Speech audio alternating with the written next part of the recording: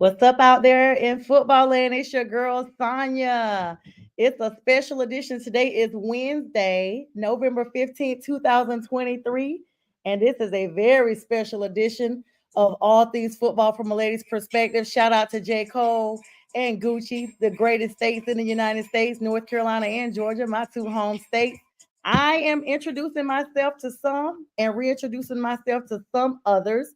Thank you to my loyal fans who have been following me since 2016 and allow me to introduce myself to my new audience members here on Roku. Thank you so much to the production team of Northeast Sports Production. I am so excited to be here tonight. This is the Week 10 recap of the NFL, and we're going to be doing a special treat tonight, delving into a little bit of college action. Let's get ready to get started. Welcome. Breaking news out of Cleveland today. Deshaun Watson, season-ending injury, you guys.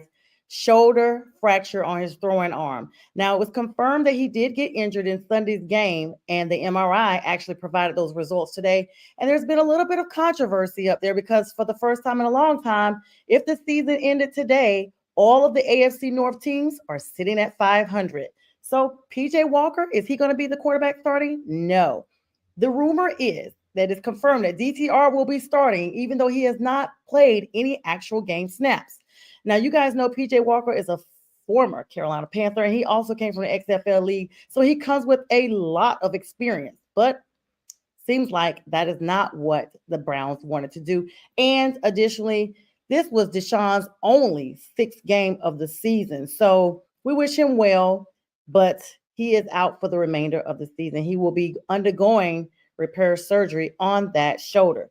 Now, let me go ahead and get you guys caught up with the Week 10 recap. It started off with Thursday Night Football, the Carolina Panthers versus the Chicago Bears in Chicago, the Windy City. I have on my Bryce Young jersey, you guys. He is the quarterback, the rookie quarterback, that is. The Panthers lost another one. Let's look at the stats. Who would have ever thought that Bryce Young would have been as successful as he is, considering everything going on? But he is making it happen, you guys. Bryce Young has a lot of heart, and he has the mindset as a rookie quarterback, and that is what actually got him where he is. Now, we did lose the game, but I'm still pounding. Now, as of the Bears game, he had 55.3% completion, and he only had 185 yards, 0 touchdowns, 0 interceptions, though, and that brings his ranking up to 66.4 per this ending of this week. Now, I do want to take note of another quarterback in 2021, Jacksonville Jaguars, Trevor Lawrence, actually was kind of in the same situation as Bryce is, but you know, right now he's sitting at the top of the AFC South, sitting pretty. So it just lets you know that rookie quarterbacks just need a little bit of time to come into their own. Some comparison stats of the two. And y'all know I'm a girl that always keeps her notes because I want to make sure that I have all the facts that you all need. Bryce had 8 touchdowns as of today's date. Trevor Lawrence, as of this week in 2021, also had 8 touchdowns. Bryce had 7 interceptions. Trevor also had 9 interceptions. Bryce was ranked 62.8%, and Trevor was ranked at 59.5% as for his completions. The quarterback ranking, 75.9 for Bryce and 73.6 for Trevor. And the record of the Panthers, which with Bryce at the moment is 1-7. Trevor was 2-6 this time in 2021. So let's just look at how they are. You know that he's already been compared with the likes of the Manning. And we know that a lot of other quarterbacks have had the same plight, but they are more successful. So he just needs his growing pains, guys. Now, there's been a lot of other stuff happening, you guys. The Bills offensive coordinator is out the door. Josh Allen has now thrown 11 interceptions as of date. No, that's not a lot, but you guys know the Bills came out hard. I will say this. Damar Hamlin did suit up and took a snap. First time he took a snap in that game since that cardiac arrest moment earlier this year. We wish him the best, and it was so good to see him in uniform. There is a quarterback fiasco in almost every team. I know I say every team, but it's a lot of teams. The Giants, the Falcons, Aaron Rodgers with the Jets, now the Browns. That is a high played injury, guys. But they're coming back. Kirk Cousins is coming back. He got his cast off yesterday. He's looking good. Aaron Rodgers is still on slate to return mid-December, according to him. He's determined, and he's definitely able to do it. Now, let's look at some of the other big games that we got coming up here.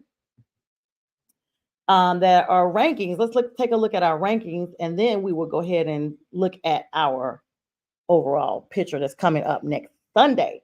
Now, right now for the NFC South, my division, the Saints are 5-5, you guys. The Buccaneers are 4-5. The Atlanta Falcons are 4-6, and my beloved Panthers are 1-8. That's for the NFC South.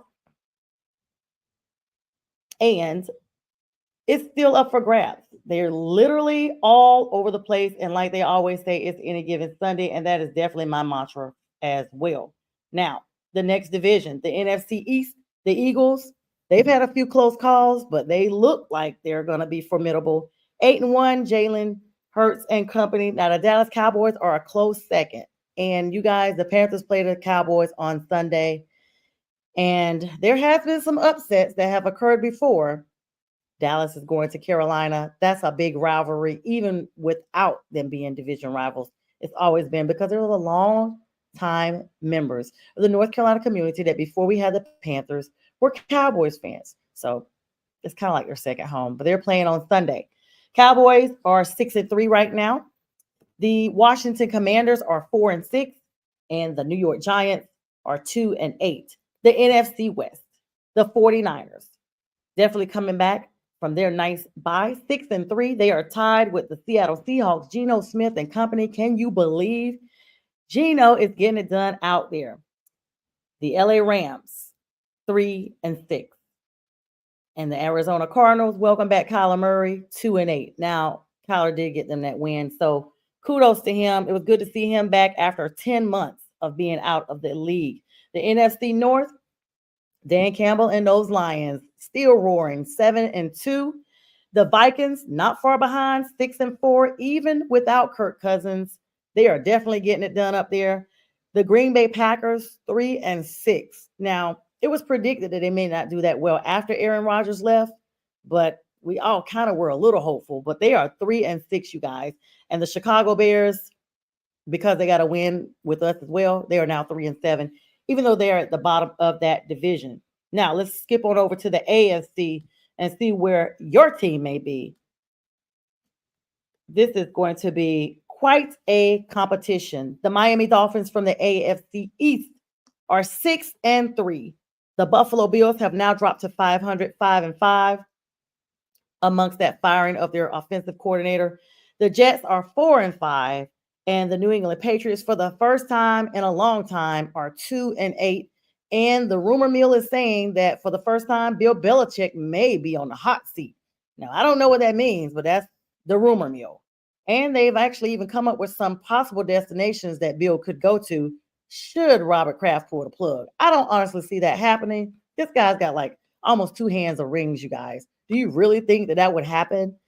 But anything's possible in the NFL. The AFC West, the Kansas City Chiefs, sitting on top of that division, 7-2. The Los Angeles Raiders are, the Las Vegas Raiders, I need to do a push-up, are 5-5, just at 500. The Chargers are 4-5. The Denver Broncos are 4-5. And there's been quite a few upsets, y'all. I actually was excited to see the Broncos pull out that win. Like, Russell Wilson did look like his former self. So they're still under 500, but they're barely under 500. They're like 4-4-4. So 1 game away. The AFC North, Baltimore Ravens, Lamar Jackson, showing why he negotiates his own salary and getting it done. 7-3. The Pittsburgh Steelers are slowly turning their season around.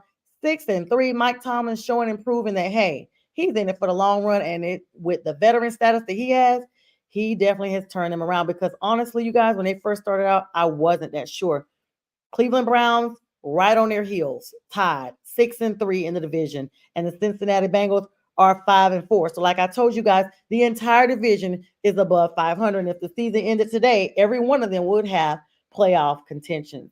Now, the AFC South, Jacksonville Jaguars, Trevor Lawrence and them 6-3, looking pretty good.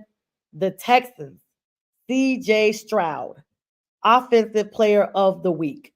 Definitely rookie of the year nominee in my book. And a lot of people are saying that, proving that he is the leader in a rookie that the Texans needed. 5-4, you guys, above 500. So kudos to the Texans. The Indianapolis Colts, despite losing their rookie quarterback, Anthony Richardson, who is still recovering, they are 5-5. And the Tennessee Titans, shocking King Henry down here, 3-6. Now, I know a lot of you all have been really, really, if you put in for your time with your fantasy, you put in for your power rankings, you bet on your games, you do your pick'ems, all of that. And one game is all it takes to have a bust. So let's take a look at some matchups that we have coming up, starting with our Thursday night matchup on Amazon Prime. Shout out to them. Tomorrow night is going to be a big game, you guys. And if you don't have Amazon Prime, I'm thinking you should be able to catch it, I think, on NFL Network or something to that effect. But it's going to be a matchup. It's going to be the matchup of the game. So let's take a look at what we got. We've got tomorrow, November 16th, 2023. The Thursday night matchup is going to be none other than, drumroll please, the Bengals and the Ravens. The Bengals and the Ravens, like, what a matchup. These two have had their own little kin rivalry for quite a while. But is Joe Burrow and Joe Mixon going to really get it together? Now, they've both been kind of battling injuries here and there, but the Ravens look solidly decent. That's going to kick off week 11. There's a money line, of course. Vegas always has the betting odds. But that game is kicking off tomorrow night, 8:15 on Amazon Prime. Make sure you kick it off so that you can watch and know. And no, I have not made my pick yet. My heart is always with the Bengals, but I have to go with the facts. Facts speak over here. So week 11, I'm going to give you guys a rundown of who you need to be watching out for. As I talked about, the Bengals and Ravens are playing tomorrow. Now, Sunday, November 19th. Can y'all believe Thanksgiving is next week? The week of Thanksgiving. It's going to be a plentiful amount of games. Sunday is going to kick off the Steelers and Browns. That's going to be at 1 o'clock. The Dolphins and Raiders are also playing at 1 o'clock. The Chicago Bears and the Detroit Lions, definitely an NFC North matchup, 1 p.m. as well. Titans and Jags, 1 o'clock. The Chargers and the Packers are also at 1 o'clock. And Cowboys and Panthers, 1 o'clock. Cardinals and Texans, 1. Giants and Commanders, 1. Buccaneers and 49ers are at 4:05. That's going to be a really interesting game as well. Baker Mayfield has been looking really solid down there in Tampa. And I'm going to be honest, you guys, I miss him in Carolina. Like, it's just amazing how it feels like some of our players have gone and flourished. DJ Moore, Christian McCaffrey, to name a couple, okay? Seattle Seahawks versus the Rams is going to also be on at 4:25 on Sunday. Jets and Bills are playing at 4:25. The Vikings and Broncos will be doing the Sunday night feature at 8:20, but also the Eagles and Chiefs are going to be following them on Monday night, November 20th. That's going to be an amazing game. That is Super Bowl caliber rematch status, you guys. So if you don't make any other games, I'm sure you definitely want to see that game on Monday night. Now, week 12 is going to kick off on Thursday, Thanksgiving night. And you guys know the Cowboys always have a spot on Thanksgiving night. They are playing at 4:30 on Thursday versus the Commanders for an NFC East matchup. The Packers and Lions for an NFC North matchup are playing at 12:30. And the 49ers versus the Seahawks are playing at 8:20 on Thanksgiving night. So right after y'all finish all your meals, make sure you stay awake so you can watch that 8:20 game. And at 3 o'clock, the Miami Dolphins are playing the Jets on Friday. So we've got a lot of football going. And as you guys know, we're over the halfway point. So anything can happen. This is the time that teams are solidifying their playoff status. Unfortunately, this is the time of season that a lot of quarterbacks and key players are out. We've got some key defensive players that are out. Grady Jarrett doesn't say when he's come back for the Atlanta Falcons, but he is out. He's had a small surgery as well. And quite a few other players. Matter of fact, Taylor Heineke in that last game with the Falcons took an injury. So Desmond Ridder came back. Now, I'm not sure if Desmond is going to be remaining there or if Taylor's going to continue to play. It depends on the injury. And Falcon fans were kind of like, they wanted Taylor anyway. But Arthur Smith was on the record as saying, nope, I'm not benching Desmond. And even when y'all see him benched, he's not benched because of performance. He's just benched because I just want to put Taylor in. So, okay, whatever you got to say, Arthur, whatever it equates to, just get your wins, just get your wins.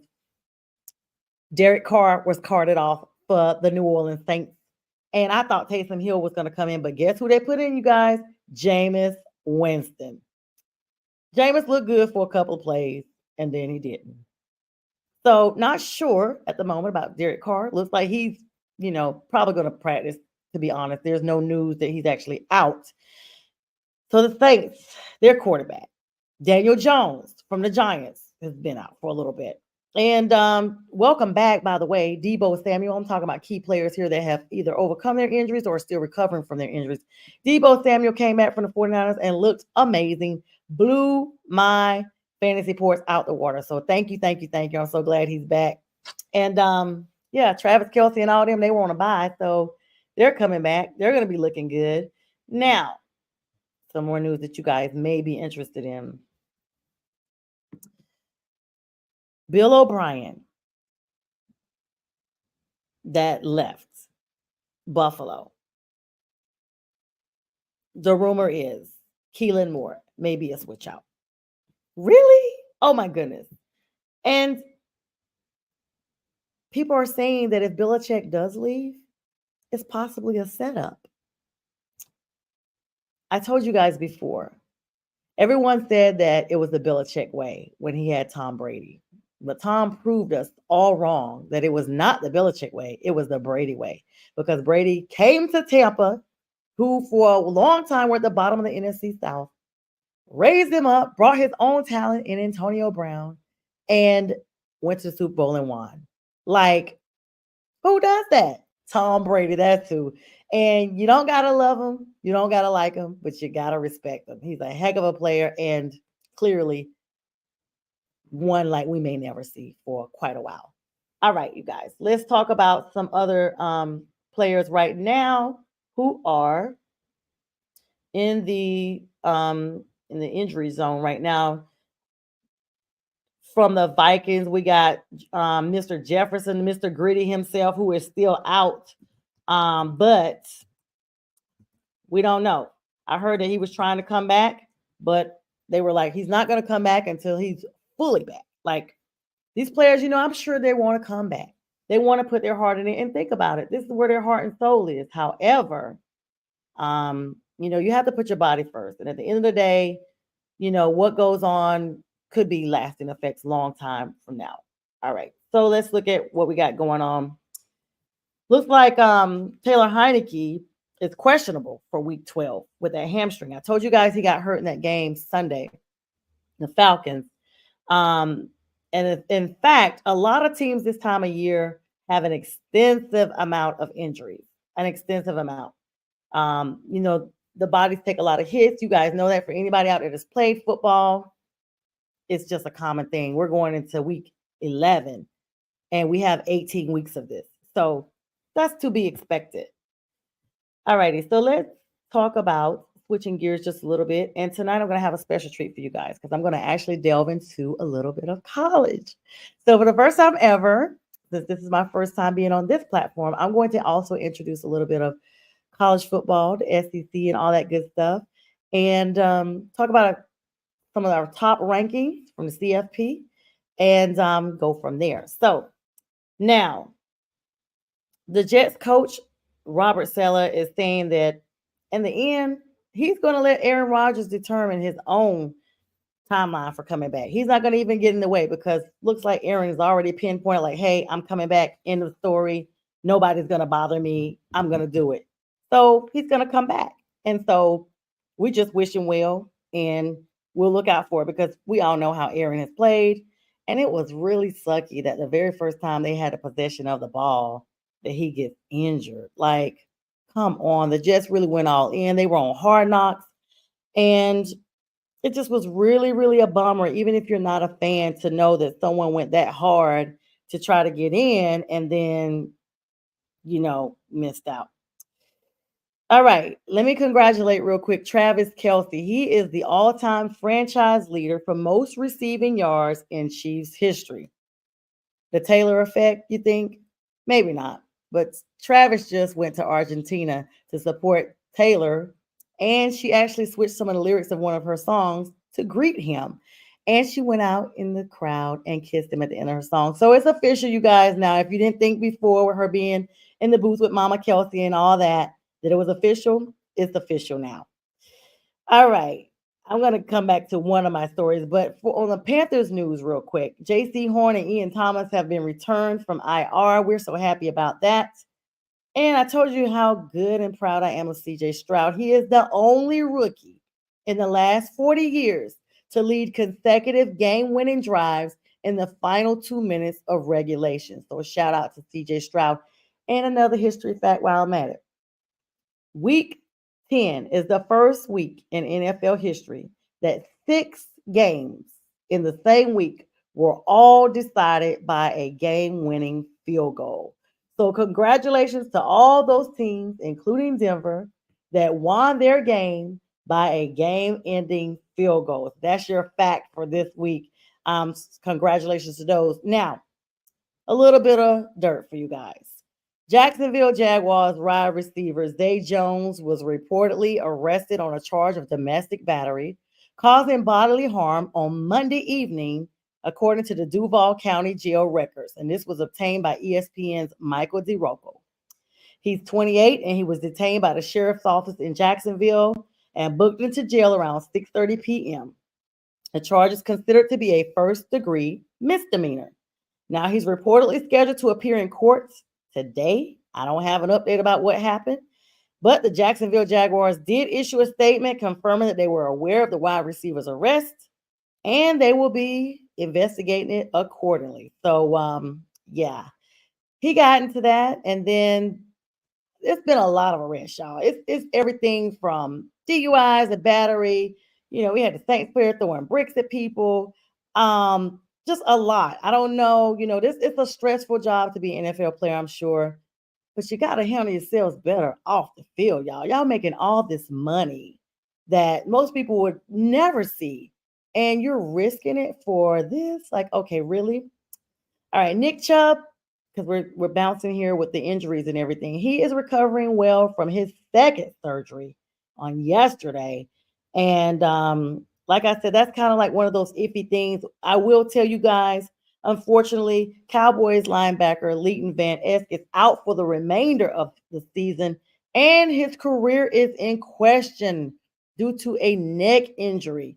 Now, this was according to Jerry Jones, and he announced this to 105.3 The Fan. So we wish him the well and all the best.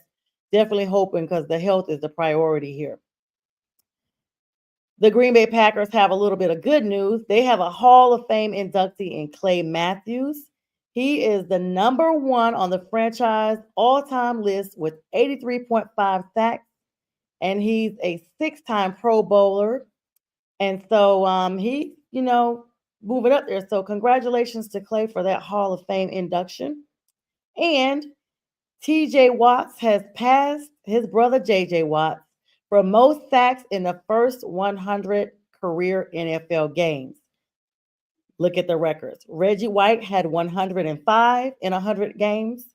TJ Watt had 88 in 96 games. And JJ Watt had 87.5. I don't know how you get a 0.5, how you get a half sack in 100 games. So little brotherly rival there. But yeah, definitely interesting to see all of that. Now, let me bounce back real quick to you guys about this Cleveland information, because this is going to be really big. DTR, Dorian Thompson Robinson, is who is going to be starting over PJ Walker. And that game is vital because it's against the Pittsburgh Steelers. You guys, we don't make the decisions. We just look at it. And it's like folks on Twitter are going ham, like, why? PJ Walker has played, and he has played this season, and he looked decent. But they're saying it's not always about that. It's going to be a clear difference. So we're going to definitely be following that to see. Now let's check into some of our other news before we move on over. Texans running back Devin Singletary and CeeDee Lamb of the Cowboys are the highlight players of the week. They definitely got all the stats all the way up in their leagues coming up that this past week. And so congratulations to both of those. Cowboys riding high. Now Singletary rushed for a career high of 150 yards, rushing yards, on 30 carries to prepare the Texans past the Cincinnati Bengals 30-27. I honestly could not believe it. And that busted up my pick'ems because I just knew the Bengals were going to get that done. And they didn't, but no worries. It's another day to play football. Singletary averaged 5 yards per carry and added a 6-yard touchdown run during his sensational showing.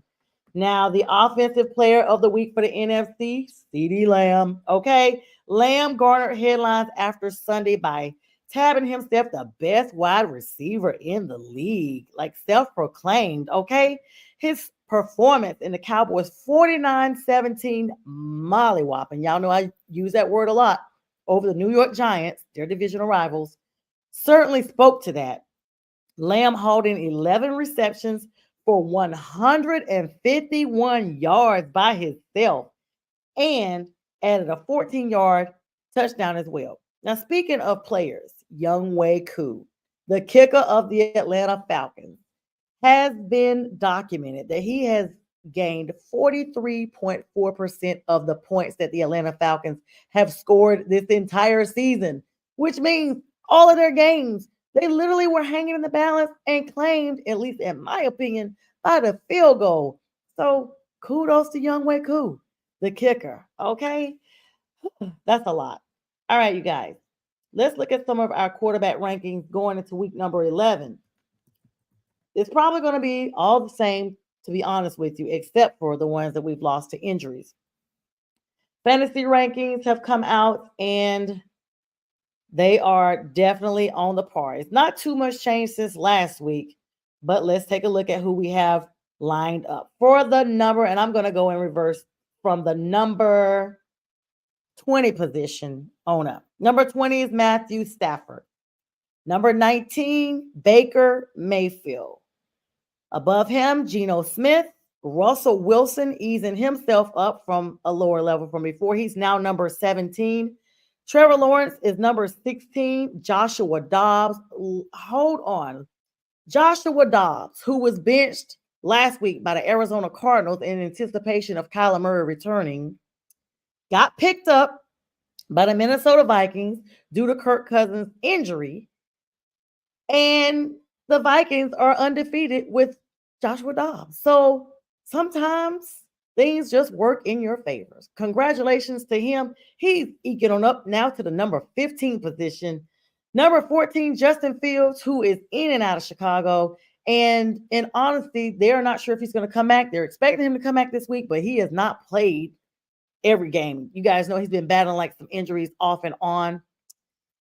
Number 13, Brock Purdy. And I cannot believe why he'd be 13 because honestly, Brock is good, but maybe it's because the 49ers have lost some games that we just could not believe they lost. Brock Purdy, number 13, Sam Howell, Washington Commanders. Don't sleep on Sam. I have him in my fantasy, and he has not disappointed. Sam Howell moves up to number 12. Number 11, Jared Goff. Just because of the quarterback that he is, Jared is eking up to that 10 mark real fast. Number 10, still hanging in there, Joe Burrow. Number 9, Kyler Murray, coming back in and is already in the top 10. Congrats to you, Kyler. You're definitely getting it done. Number 8, Justin Herbert. Number 7, Tua Tagovailoa. Down there with those fans. Number 6, congratulations, CJ Stroud. I'm just so proud of him as a rookie. You're in the top 10. Number 6, CJ Stroud. Number 5, Dak Prescott. Number 4, Josh Allen, despite him having so many interceptions right now and looking as a figment of himself on Sunday, he still is in the top 10. Number 3, Lamar Jackson. Number 2, you guys could probably guess number 2 and number 1. They're interchangeable sometimes. Number 2, Jalen Hurts. And number 1, Patrick Mahomes. So if you got any of those quarterbacks in your fantasy, you are banking right now. Let's take a look at the fantasy players coming up while we are looking at this for the weekly rankings. You guys, I have to switch my people out all the time. And, if you don't put that thing on auto draft, because this is my first time doing a fantasy, if you don't put it on auto and you're trying to do manual and you mess around and you forget, you are screwed, especially with people that are having bye weeks now, the teams that are doing bye weeks more often now. I had one week that my backup and my main person was on a bye week, and that's poor management when I drafted. So when I start drafting, next year, I'll be more, it's my first year. I had to do something. So let's look at who we got now. Patrick Mahomes in that number 1 position is projected to get 4.2 points for week 11. Now, overall, he has 21 points, but he's only projected to get 4.2. That's really, really shocking. But I don't make the rules. I'm just looking at the pff.com website that has the players' rankings on there. Excuse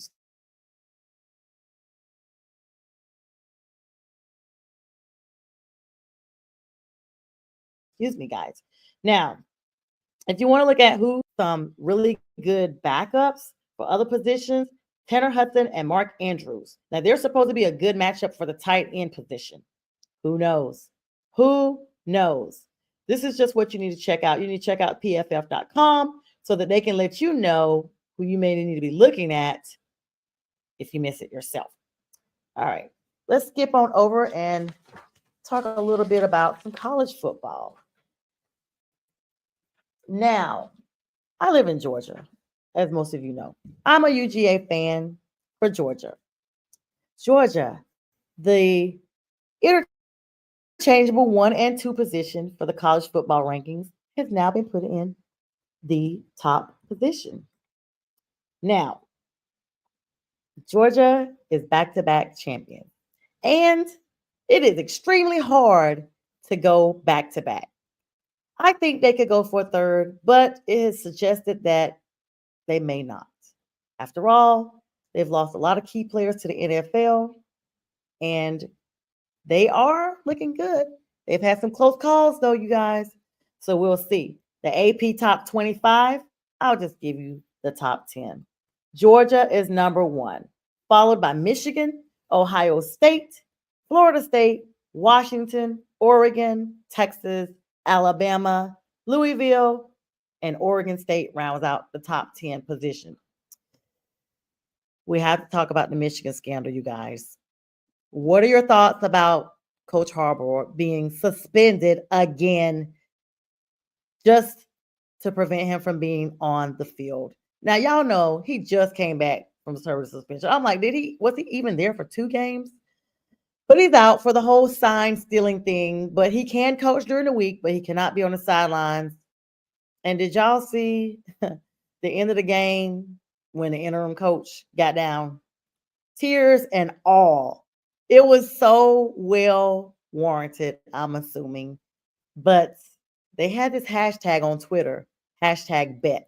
Some little inside thing they have that basically knows they're banking on each other and they believe in Coach Harbaugh. So the rumor mill was they don't know if he's going to stay. He's been wanting to come back to the NFL for quite some time. We'll see. His brother's been here for quite a while, and Coach Harbaugh was here years ago. I wish he could come to the Panthers, y'all. Just a little plug. I wish we could get him to the Panthers. That's a story for another day. All right. Georgia is 10-0 overall. At home, they are 7-0. And away, they are 2-0. They are just perfect on their season. So is Michigan. But they are 6-0 at home. Ohio State, 10-0, 5-0 at home, 5-0 away. Florida State, 10-0, 5-0 at home, 4-0 away. Excuse me. Washington, 10-0. It only starts to drop in position number 6 with Oregon, 9-1, 6-1, 6-0 at home, 3-1 away. Texas, 9-1, 5-0, 4-0. Alabama, 9-1, 5-1, 4-0. Louisville, shockingly, 9-1, 6-0, and 1-1.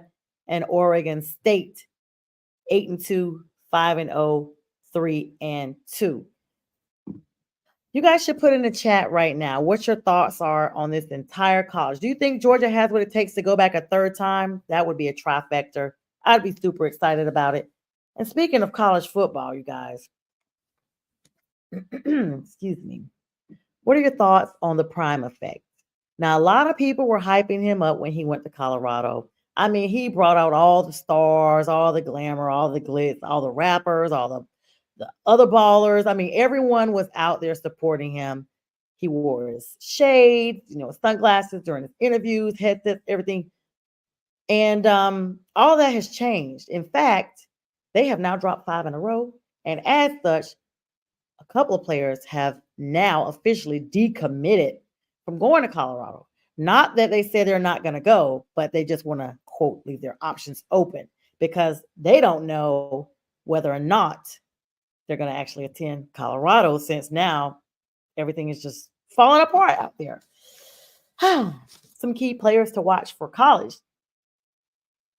And you guys know I'm all about notes. And so I like to always have my facts together.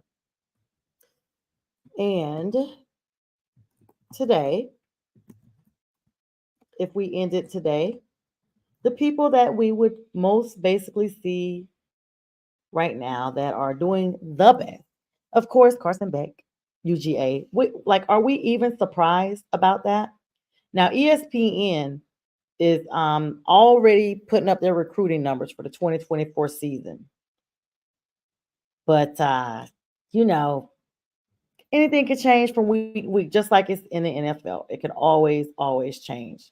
Now, these are the highest graded players at every position for week 10 on the college level.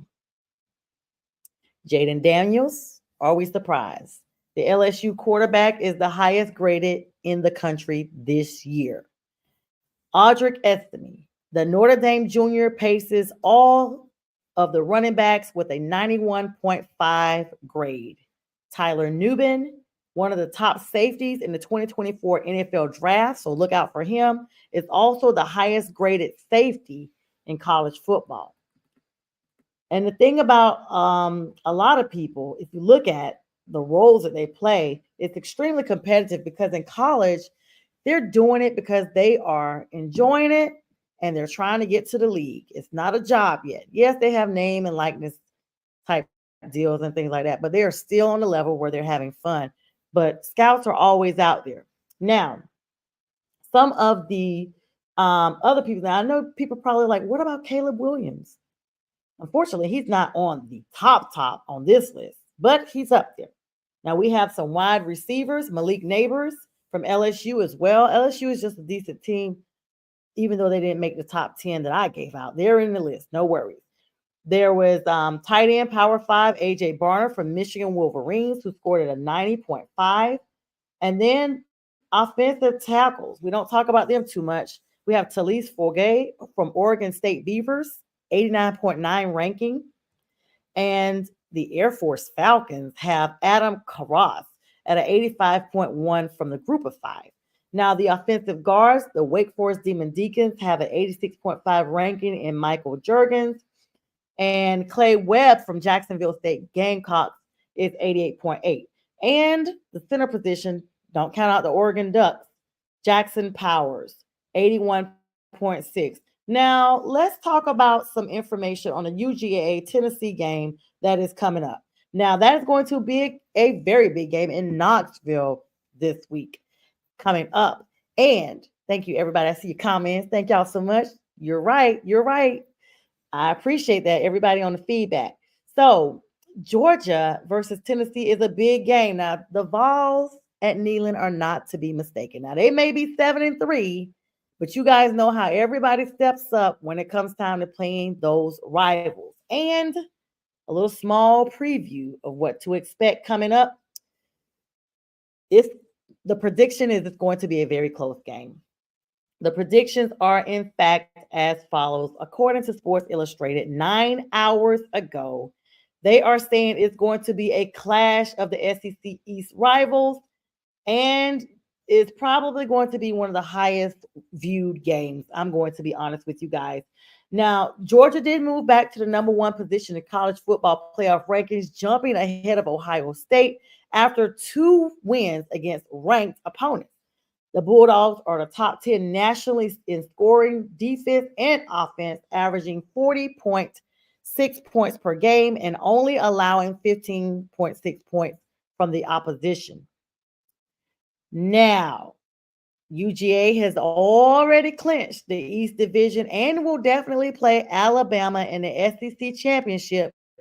I think that game is slated for December 2nd. Nonetheless, it is definitely the first week of December, and they will meet up in that championship game. Now, the Tennessee Volunteers were sliding down in their CFP rankings, and they lost 36-7 to Missouri, falling into 3-3 in the SEC and into third place in the East Division standings. But I say all that to say, you guys know none of that matters.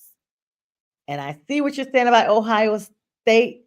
They probably will. They probably will, Mr. Fernandez.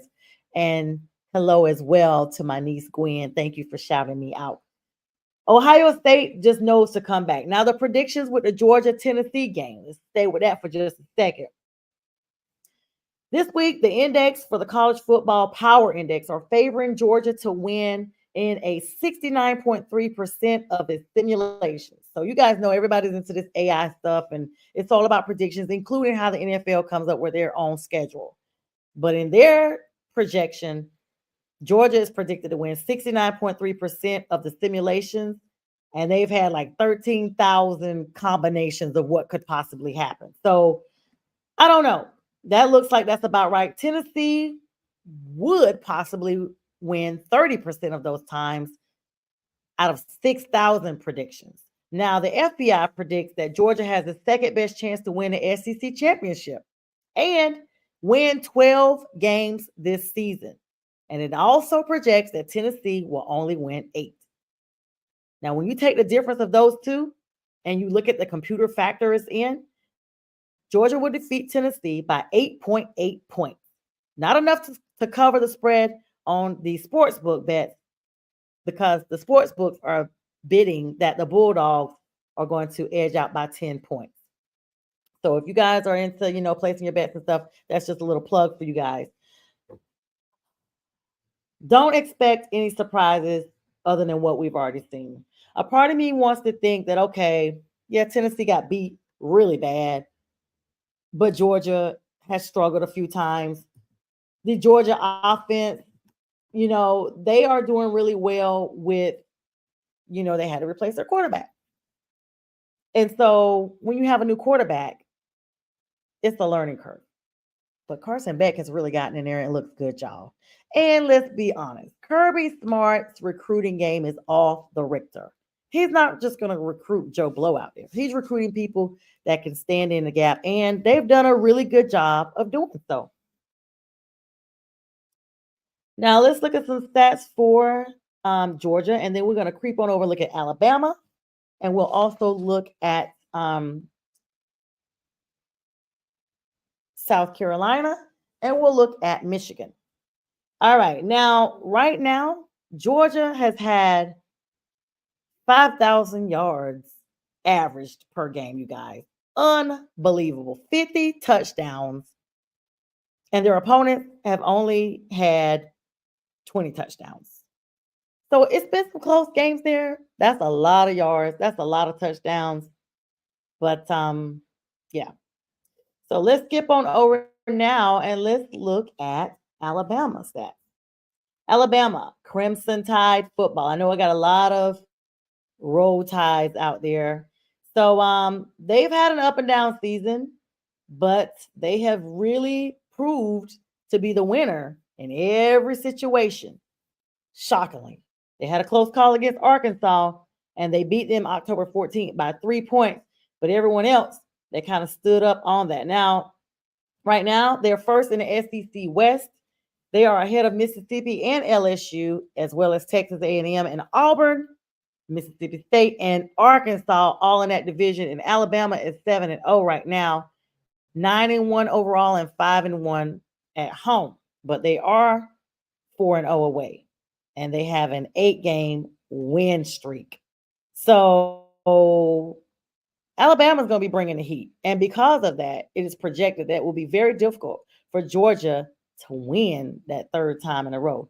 Now, it's so weird because they've talked about Alabama jumping Texas in the CFP rankings, how that would look like. And you guys know that's something that comes out like every Tuesday. And they have the different polls, and they have the coaches that vote on it.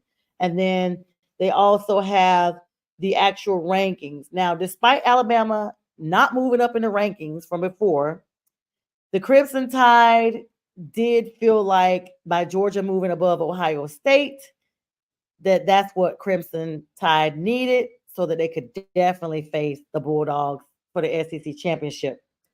Now, they were hoping for a bump with the latest playoff rankings, but they didn't get it. But they were not surprised because when the selection committee left Alabama one behind Texas at number 8, they were just like, oh, well, next. Alabama is definitely been on something. And I'm gonna be honest with you guys. Nick Saban is like, I don't know if you guys noticed, but the last couple of seasons when he didn't, get where he was supposed to be going, Mr.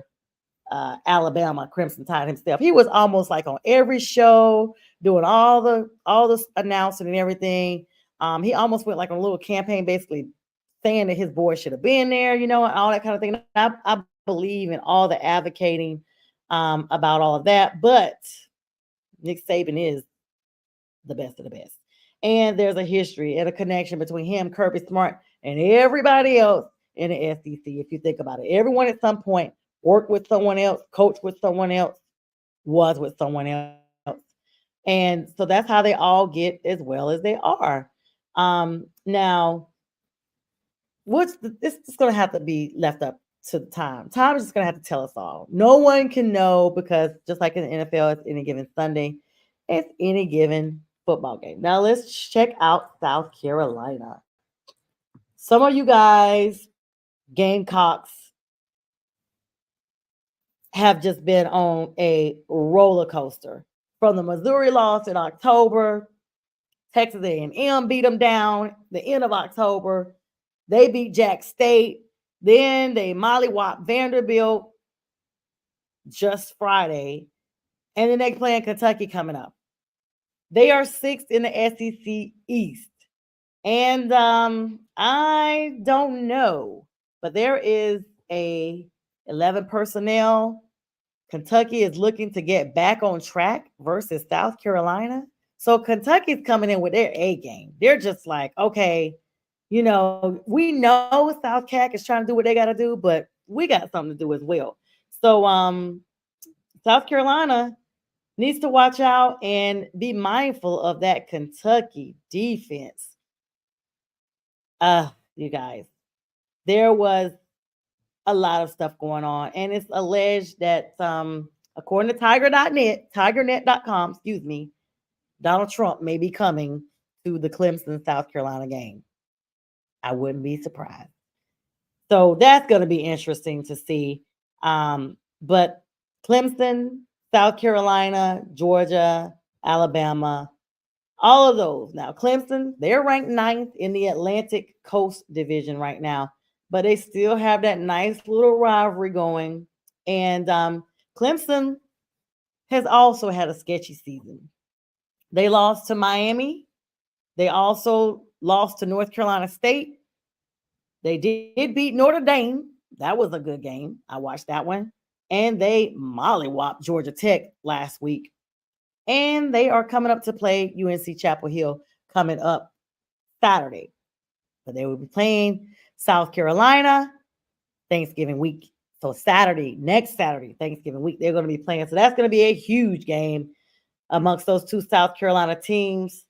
And yeah. All right. So some fantasy players. Let me go back to the NFL while I get it ready to wrap up to let you guys know who your fantasy players are for this week. Because they change, I'm going to make sure I look. I have my notes. I have who I have, but let's just make sure we got them all down because they change. So the fantasy NFL players for week number 11.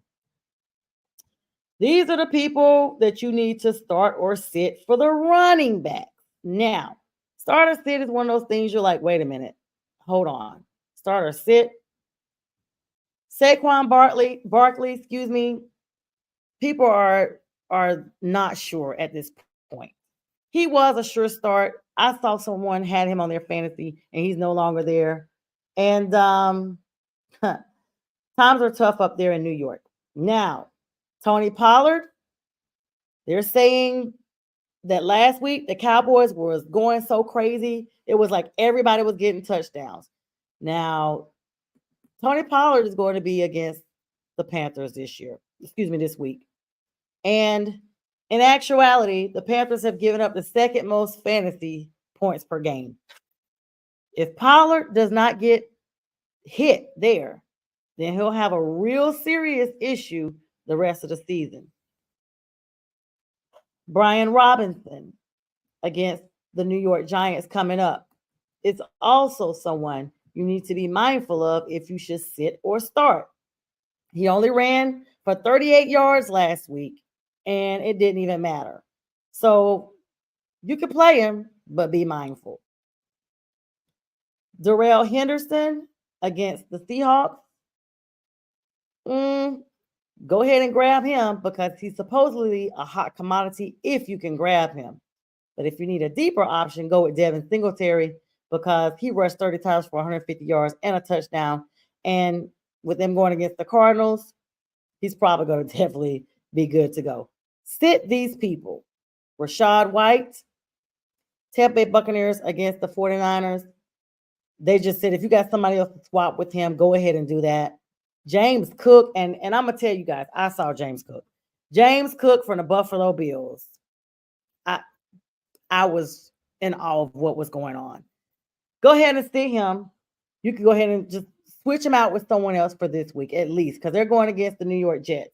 And the Jets have a tendency to look good from time to time.